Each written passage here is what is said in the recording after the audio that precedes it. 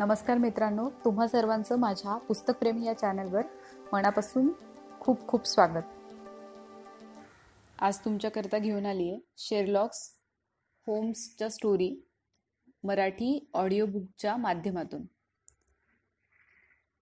तर चला सुरू करूया वृषाली जोशी लिखित शेरलॉक होम्सच्या स्टोरी. पहिले जाणून घेऊया शेरलॉक होम्सबद्दल. ब्रिटिश लेखक सर ऑथर कॉनन डॉयल यांच्या सिद्धहस्त लेखणीने निर्माण केलेले शेरलॉक होम्स हे खाजगी गुप्तहेराचे कपोलकल्पित पात्र आहे. निरीक्षणातील अचूकता, गुन्हेगारी शास्त्रातील जाणकारी व तर्कशास्त्रातील हुकूमत ही त्याची गुन्हा अन्वेषणातील बलस्थाने आहेत. शेरलॉक होम्स हा सतत 23 वर्ष गुप्तहेराचे काम करतो आहे.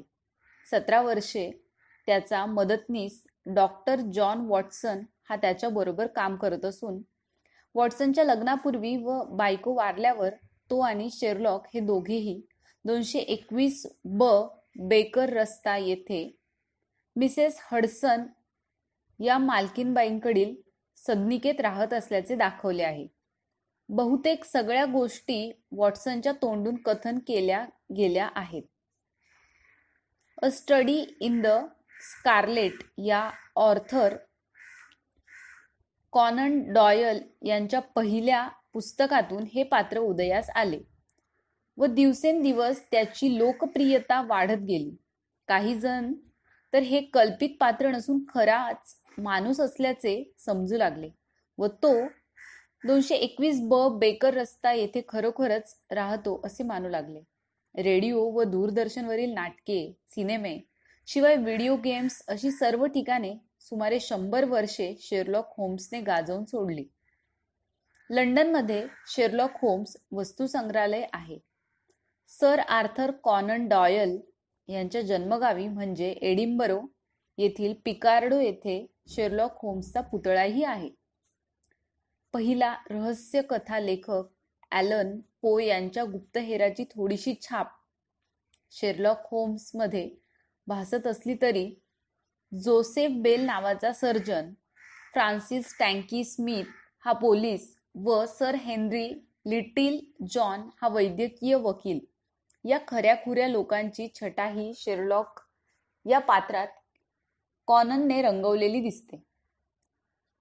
मॅक्समिलन हेलर हे फ्रेंच लेखक हेनरी कॉन्वेन निर्मित पात्रही शेरलॉक होम्स रंगवण्यासाठी त्यांच्याकडून वापरले गेल्यासारखे वाटते. तरीही शेरलॉक होम्स हे अत्यंत गाजलेले एकमेव द्वितीय व्यक्तिचित्र असल्याचे मान्य करावेच लागेल. तर चला कथेला सुरू करूया. कथेचं नाव आहे जोसची गोष्ट. त्या दिवशी सकाळी शेरलॉक होम्स एखाद्या तत्वज्ञानाच्या मनस्थितीत होता. त्याच्या दक्ष व्यावहारिक स्वभावापेक्षा वेगळा असा तो कधी कधी असे. तू त्याला पाहिलेस का? कोण? तो आत्ता बाहेर गेलेला माणूस का? अर्थात हो, तो मला दरवाजातच भेटला. तुला तो कसा वाटला? मला तो दयनीय व हताश वाटला. बरोबर वॉटसन, दयनीय व हताश. पण सारे आयुष्य तसेच असते नाही का? त्याची कथा हा साऱ्या आयुष्याचीच कहाणी आहे. झाले. आपण आयुष्य आपल्या पकडीत घ्यायला बघतो आणि बहुतेक वेळा शेवटी आपल्या हातात काय राहते तर एक सावली किंवा त्यापेक्षा वाईट दुःख. तो तुझा अशील आहे का? मी तसे म्हणू शकतो. स्कॉटलंड यार्ड पोलिसांकडून मला त्याची केस मिळाली आहे. जसे डॉक्टर त्यांच्या बऱ्या न होणाऱ्या रुग्णाला कधी कधी भोंदू वैद्याकडे पाठवितात व म्हणतात की याच्या बाबतीत अजून काही करणे मला शक्य नाही. काय केस आहे? होम्सने टेबलाखालून एक कार्ड काढले. जोस अंबर्ली असं त्या कार्डवर नाव होतं. म्हणजेच तो बाहेर गेलेला माणूस. तो म्हणतो की तो बिग फ्रॉल अंबरली नावाच्या कलात्मक वस्तू बनविण्यासाठी लागणारा माल उत्पादित करणाऱ्या कंपनीमध्ये कनिष्ठ भागीदार होता. रंगाच्या डब्यांवर तुला ते नाव दिसेल. वयाच्या 61ला तो निवृत्त झाला. लेवी श्यामला घर घेतले व धंद्याचा व्याप कमी करून घरीच थोडेफार काम चालू ठेवले. तसे त्याचे भविष्य सुरक्षित दिसत होते. हो, खरेच आहे. एका पाकिटाच्या मागे खरडलेले काहीतरी तो वाचू लागला. 1896 मध्ये निवृत्त झाला. 1897च्या सुरुवातीला त्याने त्याच्यापेक्षा 20 वर्षाने लहान असलेल्या बाईशी लग्न केले. फोटो जर फसवत नसेल तर ती दिसायला चांगली होती. धंद्यातले कसब, बायको व रिकामा वेळ. त्याचे आयुष्य सुकर वाटत होते. तरीही 2 वर्षात तो पहिल्याप्रमाणे झाला. तू पाहिल्याप्रमाणे तुला त्यात खटकलंच असेल तो कसा झालाय ते. पण काय झाले? जुनीच गोष्ट. वॉटसन, लबाड मित्र व एकनिष्ठ नसलेली बायको. असे दिसते आहे की अंबरलीला आयुष्यात एकच छंद होता व तो म्हणजे बुद्धिबळ. लेवी श्याम पासून जवळच एक तरुण डॉक्टर राहायचा व त्यालाही बुद्धिबळ खेळायला नाद होता. त्याचे नाव डॉक्टर रे अर्नेस्ट होते. तो नेहमी घरी यायचा. त्याची व मिसेस अंबरलीची घसट वाढणे साहजिक होते आणि हे कबूल केलेच पाहिजे की आपल्या दुर्दैवी अशिलाच्या अंगी बायकांना आकर्षित करण्याचे गुण नव्हते. गेल्या आठवड्यात त्याची अविश्वासू बायको आपल्या प्रियकरासह कोठेतरी गायब झाली आणि सांगायची गोष्ट म्हणजे त्याच्या बायकोने जाताना त्याची आयुष्यभराची कमाई असलेले कागदपत्र व पैसे पळवून नेले. ती बाई आपल्याला सापडेल का? पैसे परत मिळतील का? उघड दिसणारे प्रश्न. पण जोस अंबरलीसाठी ते महत्वाचे आहेत. मग तू आता काय करणार? माझ्या प्रिय मित्रा, आता तू काय करणार हा प्रश्न आहे. मी एका दुसऱ्या केसमध्ये गळ्यापर्यंत बुडलो आहे. मला लेवी श्यामला जायला खरंच वेळ नाही. तिथे जाणे महत्वाचे आहे. तो म्हातारा मी यावे म्हणून आग्रह करत होता, पण मी त्याला माझी अडचण सांगितली. तेव्हा तुला भेटायला तयार झाला आहे. ठीक आहे, मला गुन्ह्याचे अन्वेषण कितपत जमेल माहित नाही, पण मी जाईन, मी म्हणालो. तर अशा तऱ्हेने उन्हाळ्यातील त्या दुपारी मी लेवी श्यामला जायला निघालो. मी असे स्वप्न बघत होतो की आठवड्याच्या आत मी हे रहस्य शोधून काढीन व इंग्लंडमध्ये प्रसिद्ध होईल. मी बेकर रस्त्यावर परत येऊन माझ्या कामाचा अहवाल देईपर्यंत संध्याकाळ उलटून गेली होती. होम्स मलूलपणे त्याच्या आराम खुर्चीत पहुडला होता व पाईपमधून धुराची वलये सोडित होता. त्याच्या पापण्या जडावल्या होत्या. माझ्या कथनात काही प्रश्नार्थक आल्यास तो वर बघत होता. मी सांगत होतो, जोस अंबरलीच्या घराचे नाव हॅवन, सुरक्षित निवारा असे होते. सिगरेट ओढत रस्त्यात फिरणाऱ्या एका माणसाला विचारले नसते तर मला ते सापडलेच नसते. त्या उंच विशाळ काळ्या माणसाचा उल्लेख मी मुद्दाम करत आहे. त्याने माझ्याकडे एक चौकस नजर टाकल्याचे जरा वेळाने माझ्या लक्षात आले.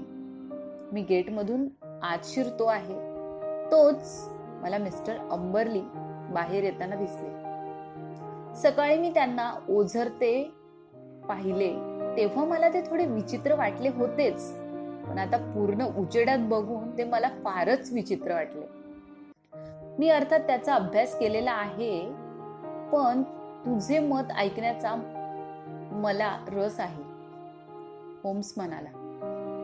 काळजीने अक्षरशः वाकलेला असा तो माणूस मला वाटला.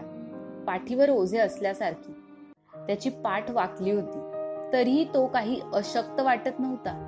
त्याची शरीरयष्टी चांगली दणकट होती, मात्र त्याचे पाय काहीतरी खटकत होते.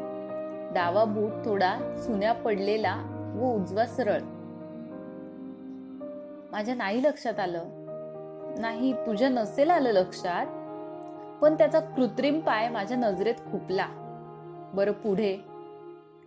त्याच्या टोपीखाली दडलेल्या काळ्या पांढऱ्या कुरळ्या बटा, सुरकुतलेला चेहरा व हातपाय आणि काहीतरी सांगण्यासाठी उत्सुक असलेला चेहरा बघून मी दचकलोच. छान वॉटसन, तो काय म्हणाला? त्याने त्याच्या दुःखाची कहाणी भरभरून सांगायला सुरुवात केली. आम्ही बरोबर चालत राहिलो व मी आसपासचा परिसर निरखून घेतला. इतकी गबाळी जागा मी आजपर्यंत पाहिली नव्हती. बागेत झाडे झुडपे वेडीवाकडी वाढली होती. सर्वत्र कचरा साठला होता. काहीच कलात्मकता दिसत नव्हती. कोणतीही व्यवस्थित गृहिणी अशी दुरावस्था कशी काय सहन करत असेल, कोण जाणे. घर आतूनही अगदी टोकाचे गचाळ दिसत होते. बिचाऱ्या माणसाला ते कळत होते व तो ते आवरण्याचा प्रयत्न करत होता. एक हिरव्या रंगाचा मोठा डबा हॉलच्या मध्यभागी पडला होता व त्याच्या डाव्या हातात रंगवायचा ब्रश होता. तो लाकडाला रंग देत होता. त्याने मला आतल्या अंधाऱ्या खोलीमध्ये नेले व आम्ही बराच वेळ बोललो. तू स्वतः न आल्याने तो थोडा नाराज झाला होता. शेरलॉक होम्स सारख्या प्रसिद्ध गुप्तहेराचे पूर्ण लक्ष गरीब बिचाऱ्या मला मिळेल अशी अपेक्षा मी कशी काय करू शकत होतो, विशेषतः माझे एवढे आर्थिक नुकसान झाल्यावर. तो म्हणत होता. मी त्याला समजावून सांगितले की पैशाचा काही प्रश्न नाही. असे कसे? पण त्याने निव्वळ पैशाचा विचार करायला नको होता. त्याच्या बाबतीत गुह्याचे अन्वेषण ही कला आहे व गुन्ह्याचा तपास करताना त्याला काही अभ्यासा देखील मिळाले असते. आणि मनुष्य स्वभाव सुद्धा. मी माझ्या बायकोची एखादी तरी विनंती कधी अमान्य केली होती का? पण उपकाराची फेड अपकाराने करायची मानवी स्वभाव बर का. हा डॉक्टर वॉटसन, एखादी बाई इतकी बिघडू शकते? आणि तो तरुण मनुष्य, तो तर माझा मुलगा शोभला असता. तो माझ्या घरी नेहमी येत असे आणि तरी ते माझ्याशी कसे वागले बघा. वॉटसन, हे जग फार भयंकर आहे. ही त्याची रडगाथा 1 तासाहून अधिक वेळ चालली होती. त्याला कोणत्याही गुन्ह्याचा संशय असल्याचे वाटत नव्हते. घरात नवरा बायको दोघेच राहत असत.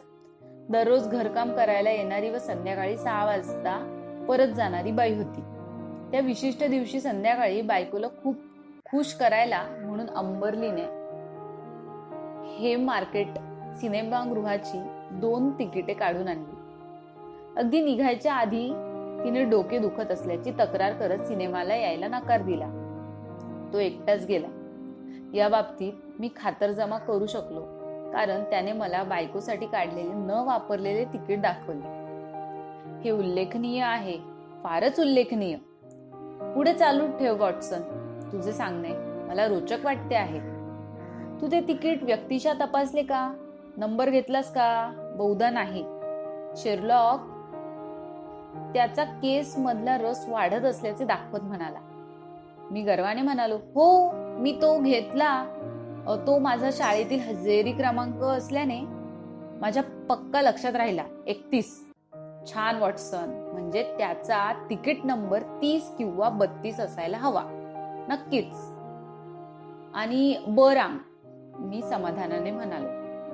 त्याने मला त्याची तिजोरीची खोली दाखविली. ती एखाद्या बँकेसारखीच लोखंडी दार असलेली व चोरी न करता येणारी अशीच होती. पण बहुधा त्याच्या बायकोकडे डुप्लिकेट किल्ली असावी, कारण 7,000 पाऊंड रक्कम व कागदपत्रे गायब झाली आहेत. तो म्हणाला की त्याने पोलिसांना यादी दिली आहे. त्याला अशी आशा आहे की बहुधा स्थावर मालमत्ता विकता येणार नाही. साधारण मध्यरात्री तो सिनेमाहून परत आला व तेव्हा त्याने तिजोरीची खोली उघडली लेली पाहिली व चोर पसार झालेले असावे असा अंदाज केला. बायको घरात नव्हती. चिठ्ठी वगैरेही काही सापडली नाही किंवा काही निरोप फोन काहीच नाही. त्याने ताबडतोब पोलिसांना कळवले. होम्सने थोडा वेळ विचार केला. तू म्हणालास की तो रंगवत होता. काय रंगवत होता? तो हॉलकडे जाणारा पॅसेज रंगवत होता. त्याने दार आधीच रंगवले होते, हे मी तुला सांगितलेले आहे. त्या परिस्थितीत हे तुला विचित्र वाटले नाही का? जड झालेले हृदय हलके होण्यासाठी काहीतरी करणे भाग होते, असे स्पष्टीकरण त्याने दिले. तसे ते विचित्र दिसत होतेच, पण तो विचित्र मनुष्यच आहे. त्याने माझ्या समोर बायकोचा फोटो रागारागाने फाडून टाकला. मला तिचे थोबाड देखील बघायचे नाही असे तो ओरडला. अजून काही वॉटसन? हो, अजून एक मला खटकलेली गोष्ट. ब्लॅक हीथ स्टेशनवरून मी गाडी पकडली तेव्हा माझ्या पुढच्या डब्यात एका माणसाला मी घाईघाईने चढताना पाहिला. तुला माहिती आहे की एकदा बघितलेले चेहरे मी कधीच विसरत नाही. मी रस्त्यात ज्याला भेटलो तोच तो उंच काळा मनुष्य होता. मी अजून एकदा त्याला लंडन पुलावर पाहिले व नंतर गर्दीत तो नाहीसा झाला. पण तो माझा पाठलाग करीत असल्याचे माझ्या लक्षात आले. होम्स म्हणाला, नक्की? उंच काळा जाडजूड हलक्या करड्या रंगाचा गॉगल घातलेला माणूस? होम्स, तू अशक्य माणूस आहेस. एवढे मी कुठे म्हटले? पण तसाच. व फ्री मेसन क्लबच्या सभासदांच्या तऱ्हेची मेसॉनिक टायपिन. होम्स, माझ्या प्रिय मित्रा, अगदी सोपे आहे, पण आपल्या व्यावहारिक मुद्द्यांकडे वळू. मला हे कबूल केले पाहिजे की मला अगदी साधी सोपी वाटणारी ही केस भरभर वेगळीच गुंतागुंत निर्माण करीत आहे. हे खरे आहे की या केसमधील महत्वाच्या बाबी तू लक्षात घेतलेल्या नाहीस, पण तरीही जेवढ्या बाबी तुझ्या आपण लक्षात आल्या त्या देखील गंभीरपणे विचार करायला लावणाऱ्या आहेत. मी काय लक्षात घेतले नाही? अरे मित्रा, रागावू नकोस. तुला माहिती आहे की मी कुणाला उद्देशून बोलत नसतो. अजून चांगले काम कोणीच केले नसते इतके चांगले नक्कीच नाही, पण अर्थातच काही महत्वाचे मुद्दे सुटले आहेत. अंबरली व त्याची बायको यांच्याबद्दल शेजारी पाजारी काय म्हणतात ते नक्कीच महत्वाचे आहे. डॉक्टर अर्नेस्टचे काय? तो बायकांशी लैंगिक दृष्ट्या स्वैरपणे वागणारा आहे का? बायका तुला गुन्हा शोधण्यात मदत करणाऱ्या असतात असा तुझा स्वाभाविक गुण आहे असे तुझे म्हणणे असते ना. तू त्याच्या कानात काहीतरी कुजबूज करतोस आणि त्या अगदी महत्वाच्या गोष्टी तुला सांगतात. आजूबाजूच्या स्त्रियांच्या बाबतीत हा प्रयोग तू केला नाहीस का? अजूनही तो करता येईल. ती माहिती मिळाली आहे. टेलिफोन व स्कॉटलंड पोलिसांचे आभार. सहसा खोलीच्या बाहेर न जाता मला पाहिजे ती माहिती मिळते. माझ्या माहितीतून त्या माणसाच्या काही गोष्टींवर शिक्कामोर्तब झाले आहे. तो भयंकर चिक्कू व छळीक नवरा होता. त्याच्या तिजोरीत भरपूर पैसे होते. अंबरली बरोबर तो तरुण अविवाहित डॉक्टर रे अर्नेस्ट बुद्धिबळ खेळायचा हेही नक्की, व त्याच्या बायकोला बहुधा डॉक्टर रेने उल्लू बनवणे असणार. हे सर्व अगदी सरळ दिसते आहे. एखाद्याला वाटेल की आता अजून काय बरं बाकी राहिले, पण माशी कुठे शिंकते आहे? बहुतेक माझ्या कल्पनाशक्ती. बरं, ते जाऊ दे. या दमवणाऱ्या कामातून बाजूला होऊन आपण संगीताचा आस्वाद घेऊया. अल्बर्ट हॉलमध्ये करीनाच्या गाण्याचा कार्यक्रम आहे. आपण कपडे करून जेवून तिकडे जाऊ शकतो. सकाळी मी उठलो तेव्हा टेबलावर टोस्टचे कण व अंड्याची 2 टरफले पडलेली दिसली. माझा मित्र माझ्या आधीच उठल्याचे मला कळले. टेबलावर एक चिठ्ठी पडली होती. प्रिय वॉटसन, मिस्टर अंबरली बरोबर मला 1-2 बाबींविषयी बोलायचे आहे. ते झाल्यावर या केसचा निकाल लागेल किंवा नाही. 3 वाजता तू तयार राहा. मला बहुधा तुझी मदत लागेल. Sherlock Holmes. दिवसभर होम्सचा काही पत्ता नव्हता, पण ठरलेल्या वेळी तो आला. शून्य मनस्क व कशाशी संबंधित नसल्यासारखा तो दिसत होता. अशा वेळी त्याचे त्यालाच राहू देणे बरे असते. अंबरली अजून इथे आला नाही का? नाही. ओहो, मी त्याचीच वाट बघतो आहे. आणि होम्सची निराशा झाली नाही.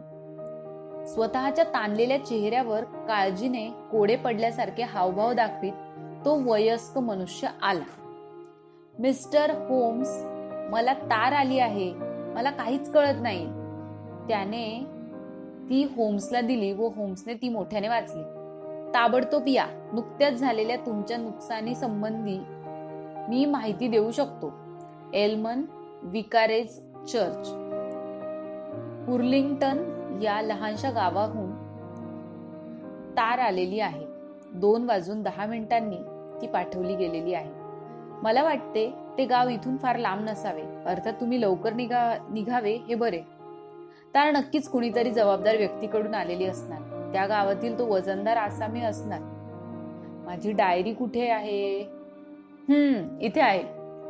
जे एस एल्मन, MA, राहणार पुर्लिंग्टन. वॉटसन, गाड्यांचा वेळा बघ. लिव्हरपूल पासून 5:20 गाडी आहे. छान वॉटसन, तू त्याच्याबरोबर जा. त्याला मदतीची किंवा सल्ल्याची गरज लागेल. या प्रकरणात हे मध्येच काहीतरी उपटले आहे. पण आमचा अशील निघायला फारसा उत्सुक दिसत नव्हता. तो म्हणाला, हे पूर्णपणे चुकीचे वाटते आहे. ह्या माणसाला काय माहिती असणार आहे? त्याला तार करा की तुम्ही येत आहात. मी जाईन असे मला वाटत नाही. होम्सने ठामपणा दाखविला. इतकी संधी येऊनही जर ती घालवली तर माझे व स्कॉटलंड यार्ड पोलिसांचे नाव खराब होईल. या शोध मोहिमेत तुम्हाला काही रस नाही असे पोलिसांना वाटेल. ही मात्रा आमच्या अशिलाला लागू पडली. तुमचा असा समज होणार असेल तर अर्थात मी जातो. त्या माणसाला काही माहिती असेल असे मला वाटत नाही. पण जर तुम्हाला वाटत असेल तर नक्कीच वाटते आहे, होम्स ठामपणे म्हणाला. म्हणून मग आम्ही प्रवासाला निघालो. आम्ही निघण्यापूर्वी होम्सने मला बाजूला घेऊन सांगितले की त्याला जाणे हे महत्वाचे वाटते आहे. तो म्हणाला, काही झाले तरी जोस तुझ्या बरोबर असेल असे बघ. जर तो मध्येच बारगळला किंवा परतू लागला तर मला फोन कर आणि एवढेच बोल की कडी लागली. मी कुठेही असलो तरी मला तो फोन मिळेल. अशी व्यवस्था मी करतो. पुर्लिंग्टन गावाला जाणे फार सोपे नव्हते. हवा गरम होती. गाडी फारच हळू चालली होती. माझा सहप्रवासी रागावलेला व गप्प होता. आपले जाणे कसे व्यर्थ आहे या कुत्सित वाक्याशिवाय तो काहीच बोलत नव्हता. स्टेशन पासून तिथे जायला 2 मैलांचे अंतर होते. ते आम्ही गाडीने कापले. एका थोराड व्यवस्थित पोशाख केलेल्या पण भपकेबाज दिसणाऱ्या गंभीर धर्मगुरूने त्याच्या अभ्यासिकेत आमचे स्वागत केले. आम्ही तार त्याच्या समोर ठेवली. त्याने ती पाहून विचारले, मी तुमच्यासाठी काय करू शकतो? मी स्पष्टीकरण दिले. या तुमच्या तारेला अनुसरून आम्ही आलो आहोत. माझी तार मी नाही पाठवली. तुम्ही जोस अंबर्लीला त्याच्या बायको व पैशा संबंधी पाठवलेली तार असे मला म्हणायचे आहे. हा काहीतरी विनोद दिसतो आहे. मी हे नाव कधी ऐकले नाही व कोणाला तारही पाठवली नाही, तो म्हणाला. तो धर्मगुरू रागाने म्हणाला. मी व आमचा अशील एकमेकांकडे पाहू लागलो. मी म्हणालो, कदाचित काही चूक झाली असावी. इथे दुसरे कोणी धर्मगुरू आहेत का? ही बघा, एल्मन याने विकारेजहून पाठवलेली तार. इथे एकच विकारेज आहे व एकच एल्मन आहे. ही भानगड पोलीसच निपटतील. तर मग आता मला दुसरी कामे आहेत. मग आम्ही दोघे त्या लहानशा गावात रस्त्यावर कडेला उभे होतो. आम्ही तार करायला म्हणून गेलो, पण पोस्ट ऑफिस बंद होते. मात्र मी होम्सला फोन करू शकलो. तो माझे बोलणे ऐकून आश्चर्यचकित झाला. फारच विचित्र, प्रिय वॉटसन. आज रात्री परतीची गाडीही नाही. नाईलाजाने तुम्हाला तेथील एखाद्या लॉज मध्ये राहावे लागेल. तिथे निसर्ग शोभा छान असेल. शिवाय अंबर्ली बरोबर तू संवादही साधू शकतोस. एवढे बोलून होम्सने फोन ठेवला. थोड्याच वेळात माझ्या लक्षात आले की माझ्या सहप्रवाशाची चिक्कूपणाची ख्याती चुकीची नव्हती. प्रवासावर फुकट खर्च झाल्याबद्दल तो कुरकुरत होता. आता परत जाताना 3ऱ्या वर्गाने जाण्याच्या गोष्टी करत होता. आता इथे राहण्याचा खर्च होणार म्हणून तर त्याने शिव्याच द्यायला सुरुवात केली. दुसऱ्या दिवशी सकाळी आम्ही एकदाचे लंडनला पोहोचलो. तेव्हा आम्ही फारच कंटाळून गेलो होतो. मी म्हणालो, जाता जाता आपण बेकर रस्त्याने जाऊ, होम्सचे काही काम असू शकेल. काल जसा वेळ फुकट गेला तसेच काही काम असेल तर त्याचा काही उपयोग नाही, अंबरली शब्दीपणे म्हणाला. तरी तो माझ्याबरोबर चालत राहील. मी आधीच होम्सला आमच्या तिथे पोचायच्या वेळेबद्दल कळवले होते. बेकर रस्त्याला आम्हाला असा निरोप मिळाला की होम्स जोस अंबरलीच्या घरी लेविशामला असून तिथे आम्ही त्याला भेटावे. हे एक आश्चर्य होते. पण तेथे पोचल्यावर अजून आश्चर्य म्हणजे तो तिथे एकटाच नव्हता, तर एक गंभीर दिसणारा स्वस्थ बसलेला काळा हलक्या करड्या रंगाचा गॉगल लावलेला व मेसॉनिक टाय पिन लावलेला मनुष्य त्याच्या शेजारी बसलेला होता. होम्स म्हणाला, हा माझा मित्र मिस्टर बार्कर. मिस्टर अंबरली, तुमच्या केसमध्ये त्यालाही रस आहे. आम्ही स्वतंत्रपणे काम करीत असलो तरी आम्हाला दोघांनाही तुम्हाला एकच प्रश्न विचारायचा आहे. मिस्टर अंबरली सुन्नपणे खाली बसला. त्यांना बहुधा काहीतरी धोका असल्याचे जाणवले. त्यांच्या ताणलेल्या डोळ्यात व थरथरणाऱ्या शरीरात मला ते दिसले. काय प्रश्न आहे मिस्टर होम्स? हा एवढाच. तुम्ही प्रेतांचे काय केले? तो माणूस किंचाळत उठून उभा राहिला. त्याने त्याचे हडकुळे हात हवेत उचलले व तोंड उघडे टाकले. त्यामुळे तो क्षणभर भक्ष्यावर झडप घालणाऱ्या ससाण्यासारखा दिसला. क्षणार्धात जोस अंबरलीचे भीषण राक्षसी स्वरूप आमच्या नजरेसमोर आले. त्याचे मनही त्याच्या बाह्य रूपा इतकेच कुरूप होते. तो खुर्चीत दाणकन बसला. खोकला येत असल्या कारणाने त्याने त्याचे दोन्ही हात ओठांपुढे धरले. होम्सने वाघासारखी त्याची गचांडी धरली. जोस अंबरली, आता सुटका नाही. जसे घडले तसे शिस्तीने सांग, नाही का मिस्टर बार्कर? माझी गाडी दाराशी उभी आहे, ओठ शिवलेला माणूस म्हणाला. इथून काही 100 फूट अंतरावरच पोलीस स्टेशन आहे. आपण एकदमच जाऊ. वॉटसन, तू इथे थांब, मी अर्ध्या तासात येतोच. शक्तिमान असला तरी माणसांना सरळ करणाऱ्या अनुभवी दोघांपुढे त्या रंग देणाऱ्याचे काही चालेना. फरफटत ओढत त्याला गाडीत कोंबण्यात आले आणि मी तिथे एकटाच राहिलो. एका चटपटीत इन्स्पेक्टरला बरोबर घेऊन होम्स अर्ध्या तासानंतर परत आला व म्हणाला, बार्करला शहानिशा करण्यासाठी मी इथेच सोडले. वॉटसन, तू बार्करला भेटलेला नाहीस. मी ज्याचा मत्सर करतो असा तो शोध मोहिमेतील माझा प्रतिस्पर्धी आहे. तेव्हा तू मला काळा उंच माणूस म्हणालास तेव्हा ते चित्र पूर्ण करणे मला अवघड गेले नाही. त्याच्या खात्यावर खूप केसेस आहेत, नाही का इन्स्पेक्टर? इन्स्पेक्टर आप राखत म्हणाले, त्याने खूप वेळा आमच्या कामात लुडबुड केलेली आहे. त्याची पद्धत जरा माझ्यासारखीच वेगळी आहे, यात काही संशय नाही. कधी कधी तीच उपयोगी पडते. उदाहरणार्थ, गुन्हेगारांच्या हक्कांची जाणीव करून देण्याची तुमची मवाळ कायदेशीर पद्धत वापरली असती तर त्या हलकटाच्या तोंडून खरा कबुली जबाब आलाच नसता. कदाचित तुमचे बरोबर आहे. पण मिस्टर होम्स, आम्ही सुद्धा गुन्ह्याची उकल केली नसती असे नाही. या केस बद्दल आम्ही योग्य विचार केला होता. त्यामुळेच तर आम्ही या माणसाच्या मागे होतो. तुम्ही वापरत असलेल्या कायद्याच्या बाहेरील पद्धती आम्ही वापरू शकत नाही. केवळ म्हणून तुम्ही आमचे श्रेय हिरावून घेऊ शकत नाही.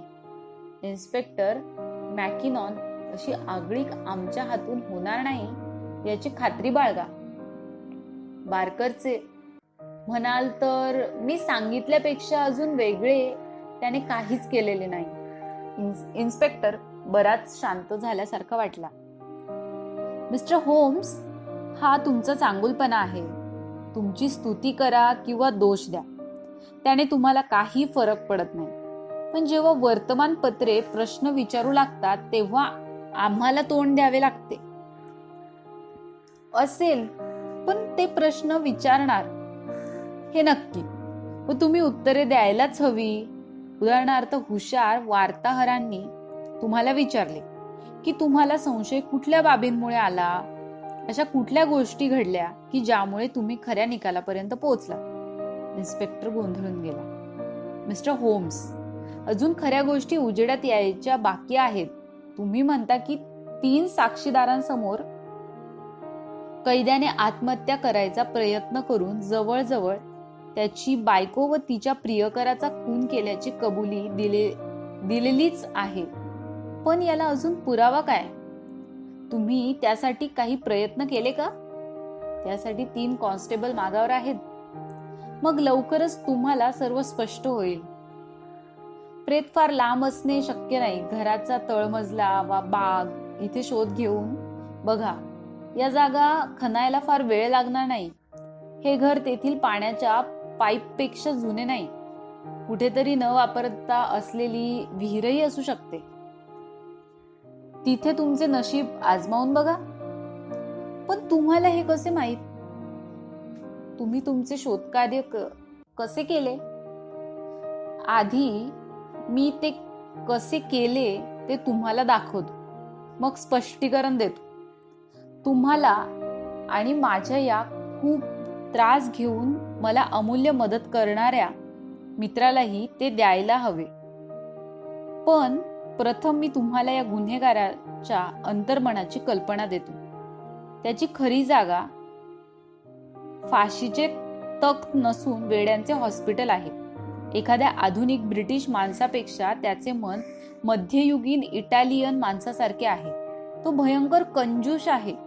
इतका कोत्या व त्रासदायक स्वभावाचा आहे की बायको म्हणजे जणू त्याचे सावजच झालेली होती. अशा पार्श्वभूमीवर डॉक्टर रेचा तिथे प्रवेश झाला. अंबरली बुद्धिबळपटू होता. आडाखे बांधण्यात निष्णात होता. तो कृपण होता. अति द्वेष करणाराही होता. त्याचा द्वेष इतका पराकोटीला पोचला की तो वेडाच झाला. चुकीचे वा बरोबर, त्याने या दोघांवर संशय घ्यायला सुरुवात केली व सूड उगविण्याचे ठरवले. मोठ्या सैतानी चाणाक्षपणे बेत आखला. इकडे या. या घरात तो जणू राहत असल्याच्या थाटात होम्सने आम्हाला अगदी खात्रीपूर्वक पॅसेजमधून तिजोरीच्या खोलीकडे नेले. इन्स्पेक्टरने नाक मुरडून म्हटले, काय हा रंगाचा भपकारा? होम्स म्हणाला, तोच आमच्या संशयाचा पहिला मुद्दा होता. डॉक्टर वॉटसनचे या बाबतीत तुम्ही आभार मानायला हवेत. त्याने निरीक्षण उत्तम केले, पण अनुमान काढू शकला नाही. पण मी त्यामुळे अनुमानाच्या दिशेला जाऊ शकलो. घरात चोरी झालेली आहे. बायको गायब आहे. अशा वेळी हा माणूस घरभर रंगाचा वास का भरतो आहे? नक्कीच कुठला तरी वास लपविण्यासाठी त्याचा हा उद्योग असणार. संशय येईल असा वास आणि लोखंडी बारने कडे कोट बंदोबस्त सील बंद केलेली तिजोरीच्या खोलीची कल्पना, या 2 गोष्टी एकत्र करा आणि तुम्ही कुठल्या निष्कर्षाला पोहोचता ते बघा. घरात नुसते फिरून माझी ही गोष्ट लक्षात आली. हे मार्केट सिनेमागृहातील त्या दिवसाच्या तिकिटांचा मी शोध घेतला. तेव्हा माझ्या लक्षात आले की हे काहीतरी गंभीर प्रकरण आहे. वॉटसनच्या चाणाक्ष नजरेतून सुटलेली गोष्ट. ब रांगेतील 30 व 32 दोन्ही जागा त्या रात्री रिकाम्याच होत्या. अंबरली त्या रात्री सिनेमागृहात गेलाच नव्हता. त्याचा बचाव मग कोलमडूनच पडला. त्याच्या बायकोचा तिकीट नंबर माझ्या मित्राला त्याने सांगितला. तिथेच तो घसरला. मग माझ्या पुढे असा प्रश्न होता की त्याच्या घराची झडती कशी घ्यायची. मग मी काय केले तर एका माणसाला अगदी लांबच्या एका गावातून अंबर्लीला तार पाठवून बोलावून घ्यायला सांगितले. तो मध्येच कुठेतरी गडप व्हायला नको म्हणून. डॉक्टर वॉटसनला त्याच्याबरोबर पाठवले. त्यामुळे मला 2 निवांत दिवस मिळाले. त्या धर्मगुरूचे नाव मी माझ्या डायरीतून काढले. सर्व बाबी तुम्हाला स्पष्ट झाल्या का? आश्चर्यचकित होऊन इन्स्पेक्टर उत्कारला. काय हुशारी आहे. कोणी मध्ये यायची शक्यता नसल्याने मी घराची झडती घ्यायला सुरुवात केली. झडती घेण्याचे एक वेगळे कसब आहे. ह्यातून काही निष्पन्न होईल की नाही हे मला ठाऊक नव्हते. पण मला काहीतरी सापडले. काय ते बघा. घराच्या कडेने हे गॅस पाईप गेलेले दिसत आहेत, बरोबर? ते इथून भिंतीवर चढले आहेत. इथे कोपऱ्यावर त्याला उघडमीट करण्याची तोटी आहे. वर जाऊन ते तिजोरीच्या खोलीच्या छतातून आत गेले आहेत व ते दिसू नयेत म्हणून त्यावर गिलावा दिला आहे. त्याचे खोलीतील तोंड रुंद असून उघडेच आहे. म्हणजे बाहेरील तोटी उघडल्याबरोबर खोली गॅसने भरून जाणार हे नक्की. दार व शटर घट्ट लावून घेतले की ती खोली म्हणजे हिटलरची गॅस चेंबरच होणार. कुठल्या अमानुषतेने त्याने त्या दोघांना आत ढकलले कुणास ठाऊक. पण एकदा ते तिथे बंद झाले की मग ते त्याच्याच तावडीत होते. इन्स्पेक्टरने मोठ्या उत्सुकतेने पाईपचे निरीक्षण केले. तो म्हणाला, आमच्या एका ऑफिसरने गॅसचा वास येत असल्याचे सांगितले होते. पण अर्थात तेव्हा दार व शटर उघडे होते. त्याने सांगितल्याप्रमाणे आदल्या दिवशी अंबरीने रंग द्यायला सुरुवात केली होती. थोडेसे बाकी राहिलेले काम चालू होते. पण पुढे काय मिस्टर होम्स? तर नंतर जे घडले ते मला अनपेक्षित होते. जेव्हा मी स्वयंपाकघरा शेजारील सामान ठेवायच्या खोलीतील खिडकीखाली पहाटे झोपलो होतो तेव्हा एक हात माझ्या कॉलरवर पडला. ए नालायका, तू इथे काय करतो आहेस? असा आवाज आला. मी डोळे वळवून बघितले तर तो उंच काळा करड्या रंगाचा गॉगल घातलेला माझा मित्र उर्फ प्रतिस्पर्धी मिस्टर बारकर मला दिसला. असे आम्ही अचानक भेटलो व आम्हाला हसू आवरेना.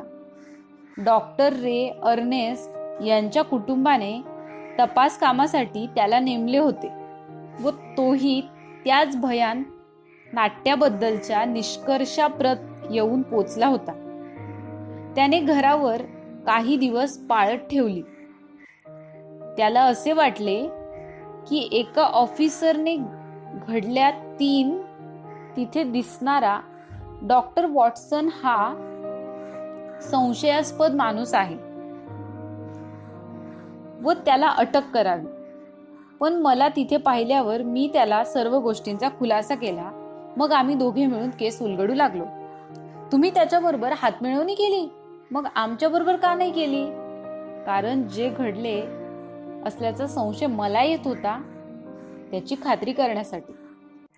तुम्ही इथपर्यंत पोचला नसणार असे मला वाटत होते. इन्स्पेक्टर हसला. पोचलो नसू, पण मिस्टर होम्स, आता तुम्हाला तुमचा शब्द पाळून ही केस आमच्या हवाली करायला हवी. आतापर्यंत तुम्हाला सापडलेल्या धाग्या दोऱ्यांसकट. अर्थात ती माझी नेहमीचीच पद्धत आहे. ठीक आहे. स्कॉटलंड यार्ड पोलिसांतर्फे तुमचे आभार. तुम्ही सांगितल्या बरहुकूम ही केस अगदी स्पष्ट दिसते आहे. प्रेते ताब्यात घ्यायला फारशी अडचण येऊ नये. मी तुम्हाला एक लहानसा छुपा पुरावा दाखवते. मला खात्री आहे स्वतः अंबरली सुद्धा तो कधी दिसला नसेल. इन्स्पेक्टर, तुम्ही नेहमी स्वतःला दुसऱ्याच्या जागी कल्पून आपण तेव्हा काय केले असते असा विचार करायला हवा. त्यासाठी थोडी कल्पकता हवी. त्याने निश्चित फायदा होतो. समजा या लहानशा खोलीत तुम्हाला बंद केले आहे व 2 मिनिटे देखील तुम्ही जिवंत राहणार नाही आहात. पण दारापलीकडील सैतानाला तुम्हाला अद्दल घडवायची आहे तर तुम्ही काय कराल? निरोप लिहू. बरोबर. तुम्हाला कसे मारण्यात आले हे तुम्हाला लोकांना सांगायचे असणार. कागदावर लिहून काही उपयोग नाही, कारण तो नाहीसा केला जाईल. पण तुम्ही भिंतीवर लिहिले तर कोणाच्या तरी ते नजरेत पडेल. आता इकडे पहा. जांभळ्या टिकाऊ पेन्सिलने भिंतीवर लिहिलेले हे पहा. आमचा आमचा एवढेच. त्याने काय सिद्ध होईल? असे बघा. हे जमिनीपासून फक्त फूटभर अंतरावर आहे. बिचारा माणूस जमिनीवर मरत पडलेला असताना त्याने हे लिहिले असणार व तू पूर्ण लिहून व्हायच्या आत तू मेला असणार. आमचा खून केलेला आहे असे त्याला लिहायचे असणार. असेच मी ते वाचले. तुम्हाला प्रेतांवर टिकाऊ जांभळी पेन्सिल मिळाली तर? नक्कीच. आम्ही ती मिळाली तर बघू. पण तिजोरीच्या खोलीचा एवढा बंदोबस्त असताना चोरी झालीच नसणार. ती कागदपत्रे त्याच्याकडेच असणार, पण आम्हाला ती सापडली नाहीत.